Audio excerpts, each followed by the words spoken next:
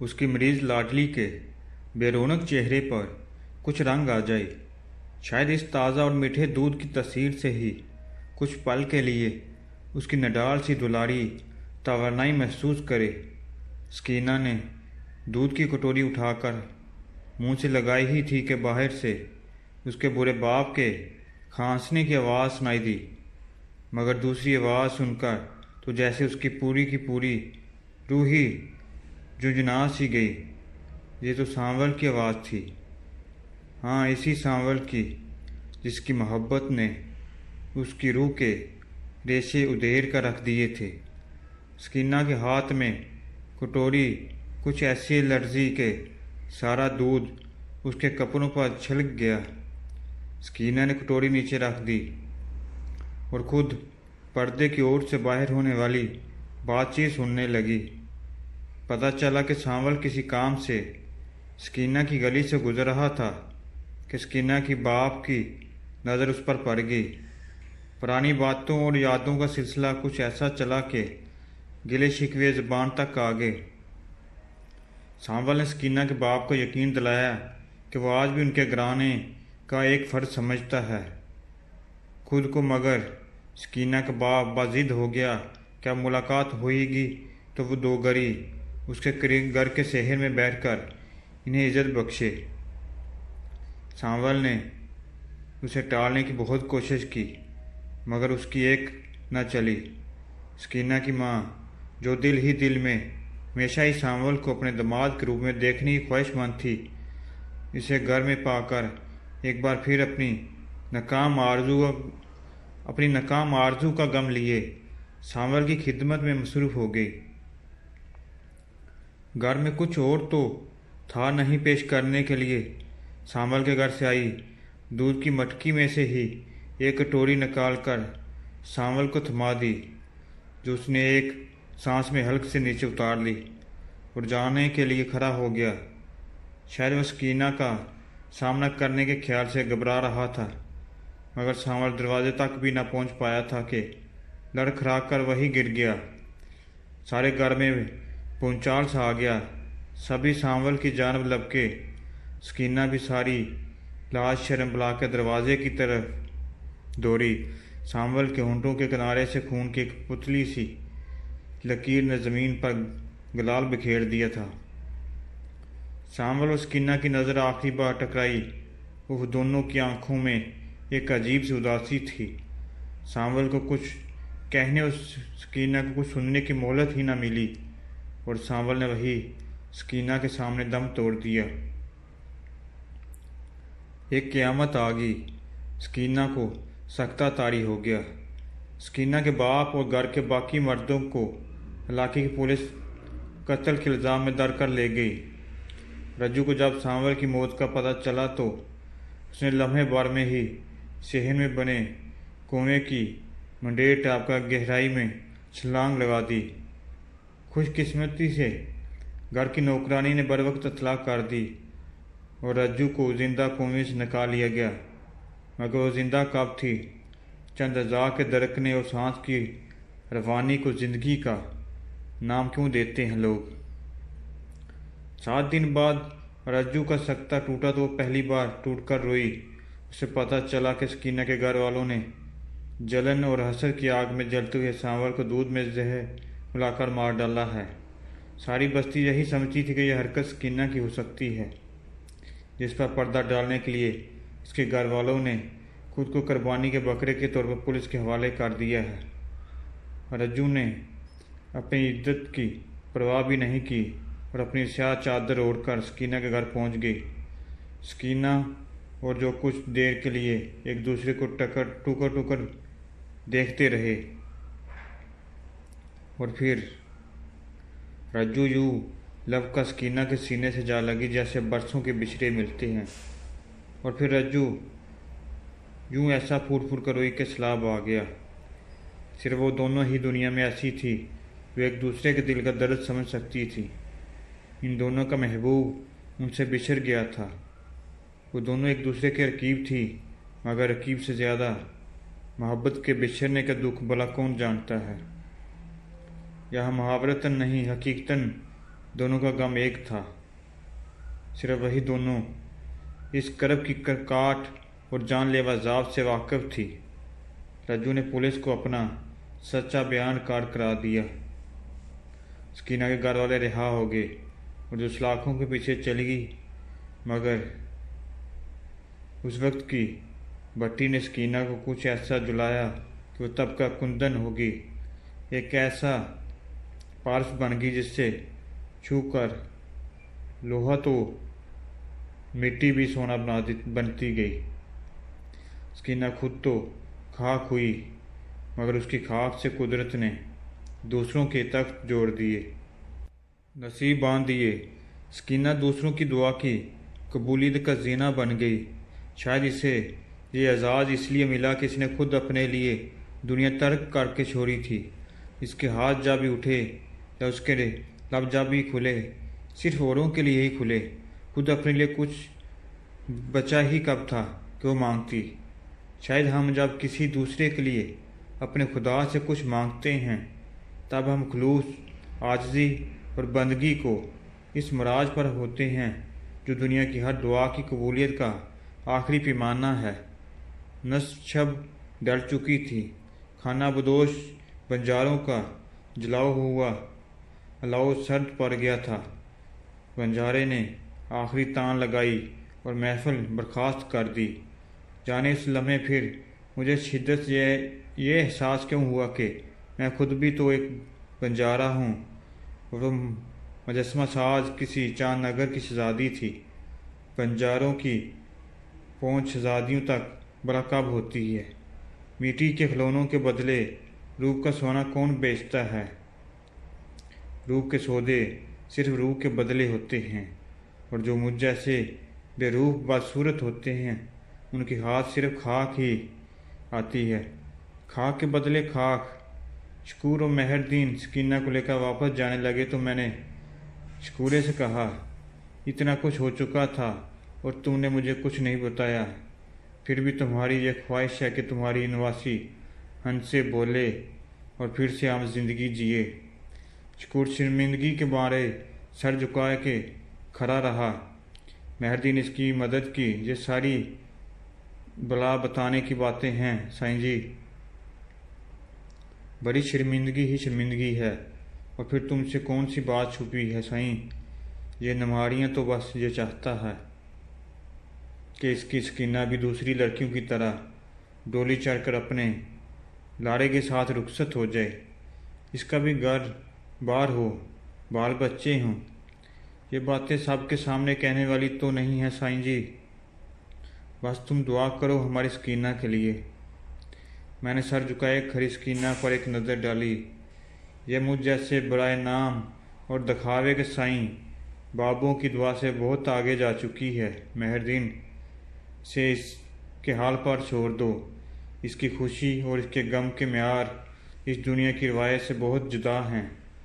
اگر تم دونوں اس کی خوشی چاہتے ہو تو اس سے کہو کہ خود اپنے لیے خوشحالی اور اچھے گھر بار کی دعا کرے۔ اگر یہ مان گئی تو سب ٹھیک ہو جائے گا، ورنہ اسے زیادہ تنگ نہ کرنا۔ یہ جس حال میں خوش رہے تم سب اسی کی خوشی میں خوش رہنا۔ مہردین اور شکور سر جھکائے چپ چاپ سکینہ کو وہاں سے لے کر چلے گئے۔ کچھ دیر میں ہی صبح کا اجالا پھیلنے لگا۔ سویر سے انگرائی اور انگرائی سے زندگی جاگنے کا استعارہ جوڑ دیا گیا۔ سکینہ کی بستی بھی انگرائی لے کر جاگ اٹھی۔ گھروں سے مرغوں کی بانگیں اور چھتوں کی چمنیوں سے زندگی کی نوید دیتا دھواں آسمان کی طرف بلند ہونے لگا۔ ان سارے دیہاتوں، قصبوں اور بستیوں کی صبح ایک جیسی ہوتی ہے، شہروں کی طرح ایک جھٹکے سے نہیں، بلکہ دھیرے دھیرے جاگنے والی، سرکتی پھیلتی دھوپ کی طرح آہستہ آہستہ بستی کے در و بام اور آنگوں میں اترنے والی۔ میں نے کسی گزرتے راہگیر سے سانور کی قبر کا پتہ پوچھا اور قبرستان جا کر فاتحہ پڑھ آیا۔ قبر کے قریب کچھ زمین پر مجھے بہت سی آڑی ترچھی لکیریں کچھ نظر آئیں، ویسی لکیریں جیسی سکینہ نے میرے ڈیرے کی زمین پر ڈال رکھی تھی۔ میرا جی چاہا کہ میں ساری بستی کو اکٹھا کر کے انہیں یہ نویس سنا دوں کہ اب انہیں اپنی دعاؤں کی قبولیت کے لیے کسی فقیر یا معجز کی حمایت کی ضرورت نہیں۔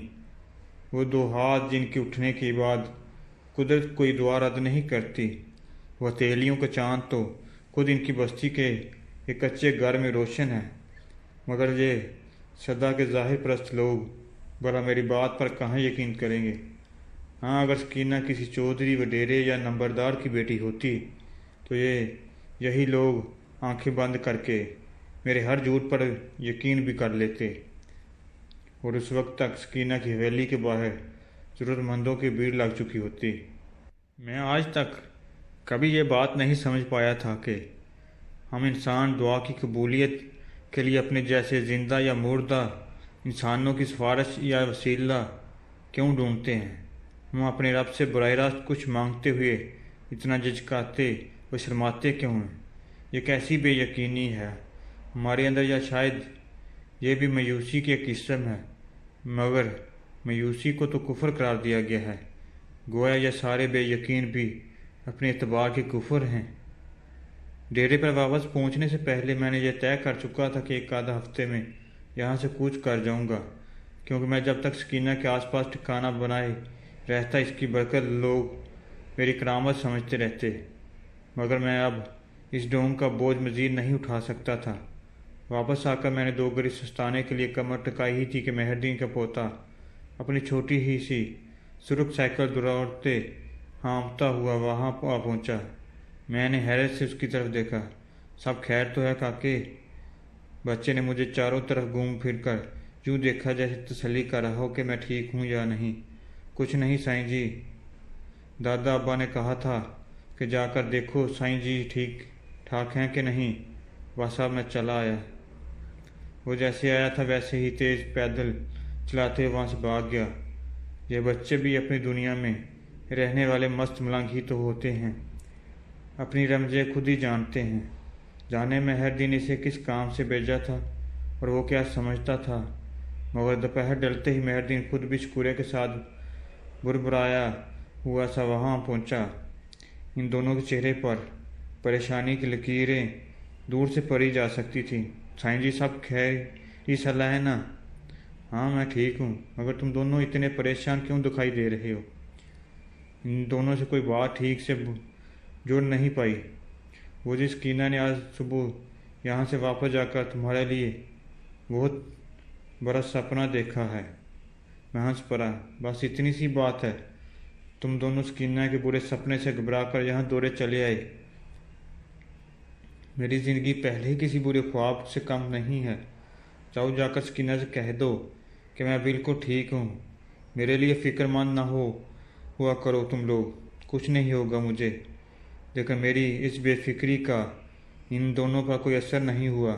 شکور بولا، بات اتنی سادی نہیں ہے جی، سکینہ کے خواب سچ ہوتے ہیں سارے۔ جب سے سانول کی موت ہوئی ہے اس کا کوئی خواب جھوٹا ثابت نہیں ہوا۔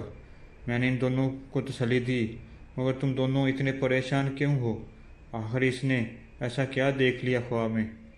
میرے پاس کھونے کے لیے اب باقی کچھ نہیں بچا ہے۔ شکور نے گہری سانس لی۔ سائیں جی اب میں کیا بتاؤں تمہیں، میری تو زبان حلق جلتی ہے۔ بولتی ہوئی سکینہ نے خدا نخواستہ تمہاری موت دیکھی ہے۔ اس نے خواب میں دیکھا کہ ہمارے سائیں فوت ہو گیا ہے اور ہم سب اس کے لیے کفن دفن کا انتظام کر رہے ہیں۔ مہر الدین نے شکورے کو سختی سے گورا اور شکور گھبرا کر خاموش ہو گیا۔ وہ دونوں کافی دیر میرے قریب بیٹھے رہے، جیسے انہیں خوف ہو کہ ان کے جاتے ہی مجھے کچھ ہو جائے گا۔ پتہ چلا کہ سکینہ کے ہر خواب کی تعبیر تب سے سچی نکلتی ہے جب سے سکینہ خود ایک خواب رفتہ جیسی زندگی گزار رہی ہے۔ جب شام گہری ہونے لگی تو میں نے انہیں زبردستی واپس بھیج دیا، ورنہ ان دونوں کا ارادہ اٹھانے کا نہیں لگ رہا تھا۔ اندھیرا ڈالا تو میرے دل کے اندھیرے بھی میرے ارد گرد رقص کرنے لگے۔ چلو اچھا ہوا سکینہ نے مجھے میرا انجام کچھ پہلے ہی بتا دیا، ورنہ خود میں اس انجام کے لیے ہمیشہ سے تیار تھا۔ کہانی ختم ہونے کا وقت آ پہنچا تھا۔ رات ڈلی تو میں نے یہی سوچ کر آنکھیں موند لی کہ اب یہ آنکھیں شاید کبھی نہ کھلیں گی، مگر حشر تک کی نیند شاید بھی میرا مقدر نہیں تھی۔ پرندوں اور چہچہاہٹ کی ایک نئی صبح کی نوید لے کر آئی، مگر میری آنکھ کھلنے کی وجہ کچھ اور تھی۔ دور سڑک کے کنارے ایک بڑی امپورٹڈ گاڑی کا بونٹ کھلا ہوا تھا اور ڈرائیور سمیت ایک دوسرا شخص بونٹ پر جھکا ہوا کچھ دیکھ رہا تھا۔ اتنے میں ایک تیسرا محافظ نما شخص قریبی جوڑے سے پانی کا ایک کین بھر کر لایا اور ڈرائیور نے پانی گاڑی کے ریڈیئیٹر میں ڈال دیا۔ میں نے بیزاری سے چہرہ موڑ کر آنکھیں بند کر لی، مگر پھر اچانک ایک منحوس سی آواز نے میرے وجود میں بجلیاں سی بھر دی۔ وہ ڈرائیور سے کہہ رہا تھا، اور کتنا دیر لگے گا کم وقت، سارا دن لگائے گا کیا؟ میں نے گھبرا کر آنکھیں کھول دی۔ بونٹ پر جھکا ہوا دوسرا شخص کبیر خان تھا۔ ہاں، وہ کبیر ہی تھا جو کبھی میرا محافظ ہوا کرتا تھا۔ جانے وہ اس ویرانے میں کیا کر رہا تھا۔ ڈرائیور نے اسے کچھ کہا اور پھر اچانک اس کی نظر دور بیٹھی مجھ پر پڑی۔ میری رگوں میں خون جمنے لگا۔ میں کبیر سے خاصے فاصلے پر بیٹھا ہوا تھا اور میرا ماضی اور حال کے حلیے میں زمین آسمان کا فرق تھا، مگر پھر بھی نہ جانے کیوں کبیر کی نظریں مجھے اپنے جسم کے آر پار ہوتی محسوس ہوئی۔ اس نے ہاتھ کے اشارے سے مجھے اپنے قریب آنے کا اشارہ کیا، مگر میں نے لاتعلقی سے منہ دوسری جانب پھیر لیا۔ میں نے سوچ لیا تھا کہ اگر کبیر خان نے میری طرف بڑھنے کی کوشش کی تو میں کسی بھی بہانے سے وہاں سے اٹھ کر دوسری جانب چل پڑوں گا۔ کبیر نے اپنے ساتھ کھڑے محافظ سے کچھ کہا اور محافظ سر ہلا کر میری جانب چل پڑا۔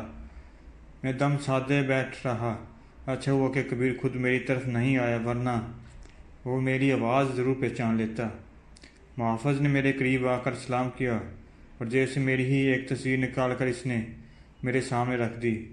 بابا جی، ان صاحب کو یہاں آس پاس کہیں دیکھا ہے آپ نے؟ میں بظاہر لاپرواہی سے تصویر پر ایک اونچتی سی نگاہ ڈالی اور آنکھیں موند کر جواب دیا، یہ تو کوئی بڑا آدمی لگتا ہے اپنے حلیے سے۔ اس چھوٹے سے گاؤں میں بھلا اس کا کیا کام؟ کون ہے یہ آدمی؟ محافظ نے گہری سانس لی۔ یہ میرے صاحب کے صاحب ہیں، بہت عرصے پہلے چلے گئے تھے سب چھوڑ چھاڑ کر، ہم تب سے انہیں ڈھونڈ رہے ہیں۔ میں نے چور نظروں سے محافظ کی طرف دیکھا، مگر مجھے یاد نہیں آیا کہ وہ کون تھا۔ شاید کبیر یا کملی کے ذاتی عملے کا کوئی ملازم ہوگا۔ بہرحال وہ جو کوئی بھی تھا، کبیر کسی لمحے میری طرف آ سکتا تھا، یا پھر شاید اسی شخص کو میری بڑی ہوئی داڑھی اور لاٹوں کے پیچھے میرے ماضی کی کوئی جھلک نظر آ سکتی تھی، لہٰذا میں نے وہاں سے اٹھ جانے میں ہی بہتری جانی۔ تم لوگ یہاں اپنا وقت ضائع کر رہے ہو۔